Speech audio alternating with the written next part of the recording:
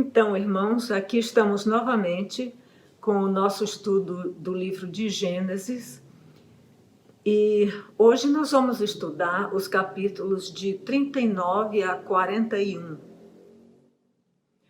Farei de você um grande povo e o abençoarei.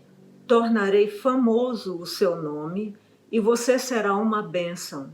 Abençoarei os que o abençoarem e amaldiçoarei os que o amaldiçoarem. E por meio de você, todos os povos da terra serão abençoados. Gênesis 12, 2 e 3. Esta é a promessa feita por Deus a Abraão. Essa promessa foi passada a Isaque e depois a Jacó. E um dos propósitos do autor de Gênesis é traçar a história do cumprimento desta promessa até a formação da nação de Israel. Outro propósito é informar o povo que o autor libertou da escravidão no Egito, como foi que eles chegaram lá. Voltamos hoje à história do filho de Jacó chamado José. Vimos no capítulo 37 que José foi vendido por seus irmãos aos mercadores ismaelitas como escravo. E o capítulo 38 interrompe a história de José para contar sobre Judá. Faz um contraste entre o caráter de José, que foge de uma mulher imoral, mesmo pagando um preço por isso, com o de Judá, que procura uma mulher que ele pensa ser uma prostituta. Mas mostra também como Judá reconheceu sua falha. Gênesis prepara os leitores para explicar por que Judá se tornou o herdeiro da grande promessa, da grande bênção de Jacó. Judá crescerá moral e espiritualmente ao assumir a defesa dos irmãos, no capítulo 44. O capítulo 39 retorna à história de José. Nós que já lemos a história várias vezes, sabemos o fim glorioso que José teve.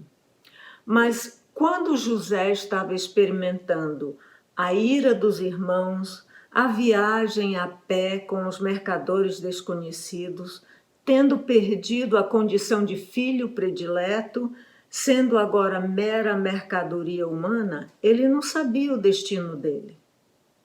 Não sabia sequer o que aguardava no dia seguinte. O que é que ele sabia? Com certeza, ele conhecia a promessa de Deus a Abraão, seu bisavô. Ele conhecia a história do seu avô Isaque, que seria sacrificado a pedido de Deus, mas que Deus mesmo substituiu por um cordeiro. Ele havia visto seu pai, Jacó, chegar mancando depois de sua luta com Deus. Ele teria assistido o encontro de Jacó com Esaú, que tanto havia preocupado seu pai, mas que foi abençoado. Ele estava com Jacó quando, depois que os outros filhos de Jacó promoveram a matança dos siquemitas, o seu pai convocou a família toda, dizendo: livrem-se dos deuses estrangeiros que estão entre vocês. Purifiquem-se e troquem de roupa. Venham, vamos subir a Betel, onde farei um altar ao Deus que me ouviu no dia da minha angústia e que tem estado comigo por onde tenho andado. Isso está em Gênesis 35, 2 e 3. É lógico pensarmos que Jacó teria contado a todos os filhos a experiência que teve com Deus ali em Betel, quando fugia do seu irmão. Chegando no Egito, os mercadores ismaelitas venderam José a Potifar, que era oficial do faraó e chefe da guarda. Na realidade, a tradução literal da expressão usada no hebraico é que ele era matador do rei, um tipo de guarda-costas. E o texto afirma, em Gênesis 39, os versos 2 a 5. O Senhor estava com José, de modo que este prosperou e passou a morar na casa do seu senhor egípcio. Quando este percebeu que o Senhor estava com ele e que o fazia prosperar em tudo que realizava, agradou-se de José, tornou-o administrador de seus bens. Potifar deixou a seu cuidado a sua casa e lhe confiou tudo que possuía. Desde que o deixou cuidando de sua casa e de todos os seus bens, o Senhor abençoou a casa do egípcio por causa de José. A bênção do Senhor estava sobre tudo o que Potifar possuía, tanto em casa como no campo. Há uma constante na vida de José. O Senhor era com ele. Mas outra constante é que José reconhecia que o Senhor estava com ele, e José era fiel ao Senhor. Na casa de Potifar, gozando de toda esta sua confiança, a mulher de Potifar tentou seduzir José e o assediou durante vários dias. E a resposta de José foi: meu senhor não se preocupa com coisa alguma de sua casa, e tudo o que tem deixou aos meus cuidados. Ninguém desta casa está acima de mim. Ele nada me negou a não ser a senhora, porque é a mulher dele. Como poderia eu, então, cometer algo tão perverso e pecar contra Deus? Mas um dia ele teve de fugir dela, deixando em suas mãos sua capa. Ela o caluniou para Potifar, que o mandou para a prisão. É importante reconhecer que esse castigo é muito mais brando do que seria comum, pois o castigo comum nesta situação seria receber 1000 açoites ou ser executado. Vemos nesse episódio duas realidades. Primeiro, quando fazemos o que é certo, nem sempre somos exaltados ou elogiados. Podemos dizer que fazer o certo nem sempre dá certo. José fez o que era correto e corajosamente, mas acabou no cárcere. Por outro lado, a Bíblia informa, no verso 21 do capítulo 39, José ficou na prisão, mas o Senhor estava com ele e o tratou com bondade, concedendo-lhe a simpatia do carcereiro.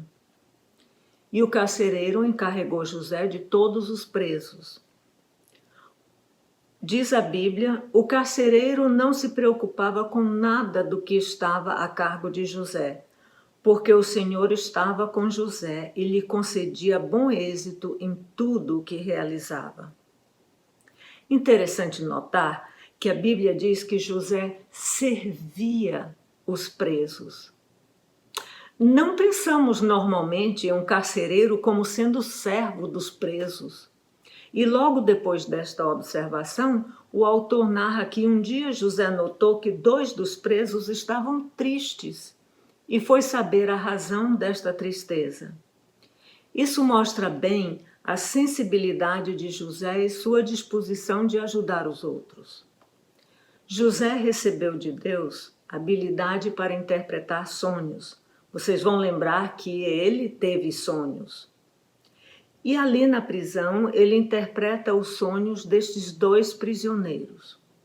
Um deles foi executado, mas o outro foi perdoado e saiu da prisão.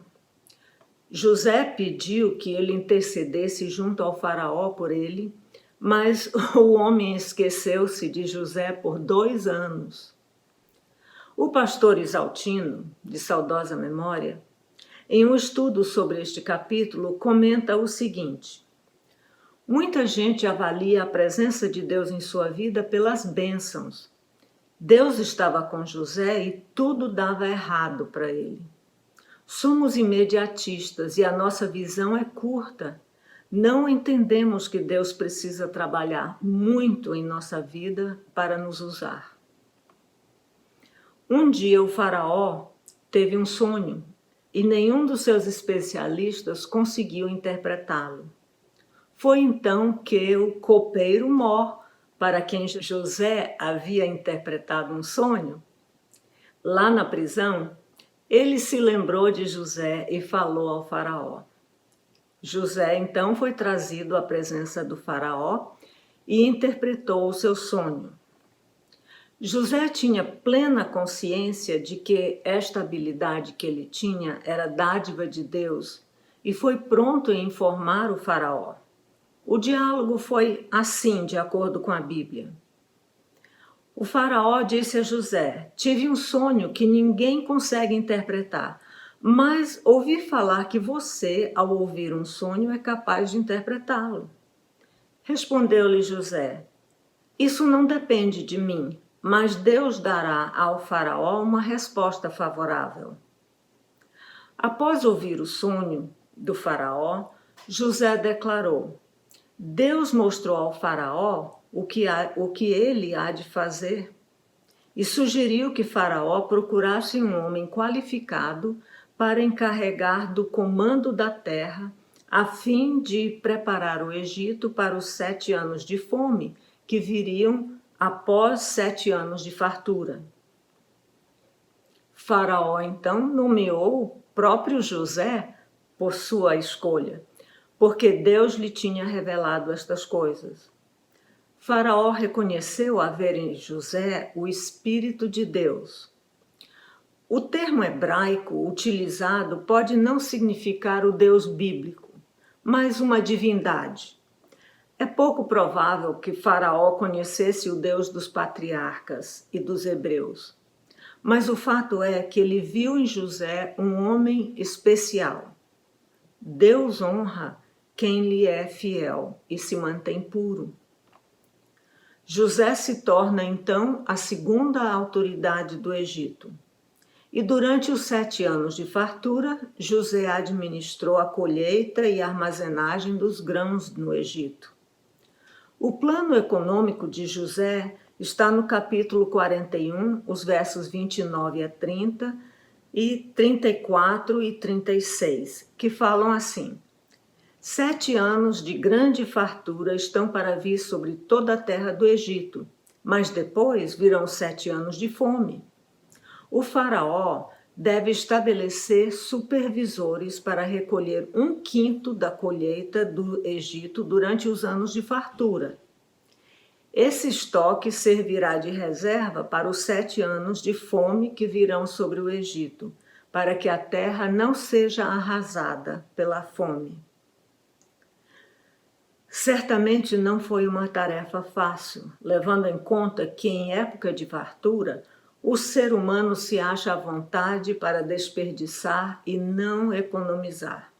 Aliás, devemos nos alertar para o fato de que precisamos estar sempre conscientes de que a vida pode mudar repentinamente e a pessoa sábia precisa estar preparada.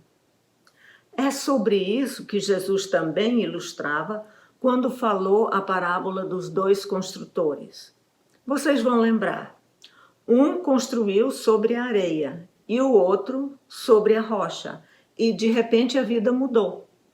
Veio um temporal com muita chuva e muito vento, a casa na areia tombou, mas a casa na rocha ficou. Está em Mateus 7. Mas voltemos a pensar nos dias difíceis da vida de José antes de ele ser administrador do Egito. O que será que Deus estava fazendo? Como entender? Achei muito instrutivas e inspirativas as observações do teólogo americano Bob Deffinbaugh, que eu traduzi. Ele diz assim: não devemos esquecer que esse tempo de adversidade de José foi planejada por Deus, tanto para o bem de José quanto de seus parentes. Quero sugerir 3 benefícios deste tempo de José a serviço de Potifar. Nestas 3 áreas, vemos que a mão de Deus foi boa e graciosa para com José neste tempo de aflição. Primeiro, o serviço na casa de Potifar preparou José para a importante tarefa futura de servir como governador do Egito. Foi aqui, na casa de Potifar, que José aprendeu a língua egípcia, a cultura egípcia e como funcionava politicamente a nação. Ele aprendeu eventualmente, mas não por acidente. Em segundo lugar, o aprisionamento de José por Potifar talvez tenha sido até uma resposta às suas orações, visto que dia após dia a mulher de Potifar persistia na intenção de destruir a resistência de José. Imagino que uma das mais repetidas e sinceras súplicas dele era: Senhor, protege-me desta mulher.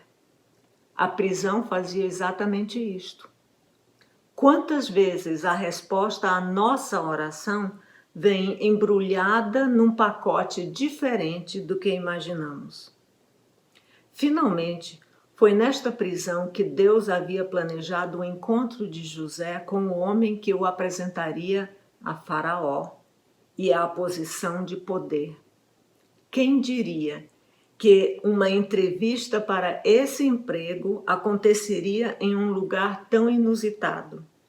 Mas foi nesta prisão para figuras políticas que José estava destinado a conhecer o copeiro de Faraó, o homem que um dia falaria ao rei sobre a capacidade de José de interpretar sonhos. Humanamente falando, evitar este aprisionamento seria cancelar um encontro que daria em um futuro incrível. A Bíblia a todo momento ensina a necessidade do sofrimento e adversidade, e de maneira especial sofrimento não merecido, que resulta do viver conforme Deus quer. Deve ser visto como parte normal da vida cristã e o resultado a ser esperado do viver justamente.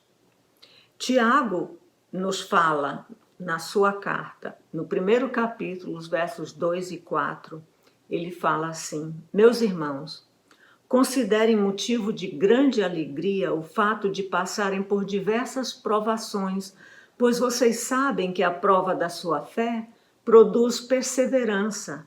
E a perseverança deve ter ação completa, a fim de que vocês sejam maduros e íntegros, sem lhes faltar coisa alguma. Sem dúvida, José precisava amadurecer. Ele chegou lá no Egito com 17 anos. Foi com 30 anos que ele foi feito governador.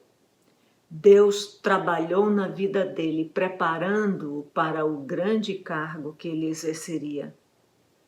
Hoje nós passamos por tempos difíceis de ameaça de doença grave, de morte, de luto. Experimentamos um modo diferente de viver e perguntamos: quando voltaremos à vida normal? Sofremos incertezas quanto ao futuro. O que será do governo, da economia? O que cura a doença? A vacina ajuda ou faz mal? O que será de nossas crianças trancafiadas dentro de casa? O estudo deficiente, a vida social estancada, problemas de disciplina por ansiedade e estresse? O que será da igreja? Voltaremos a nos reunir? Seremos perseguidos? É época do fim? Não temos respostas, mas temos a mesma certeza que José teve. Vivemos debaixo de uma promessa. E eu estarei sempre com vocês até o fim dos tempos.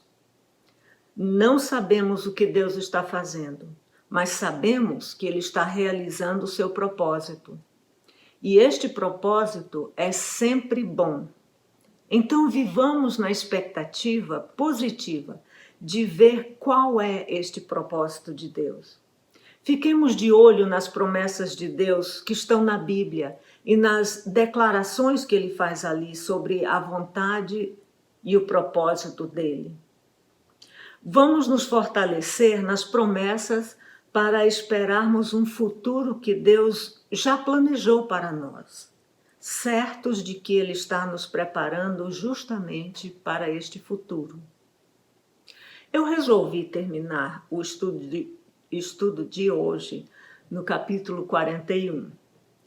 Para o próximo domingo, vocês devem ler os capítulos 42 a 50. E assim terminaremos o livro de Gênesis. Até o próximo domingo, então. E Deus abençoe.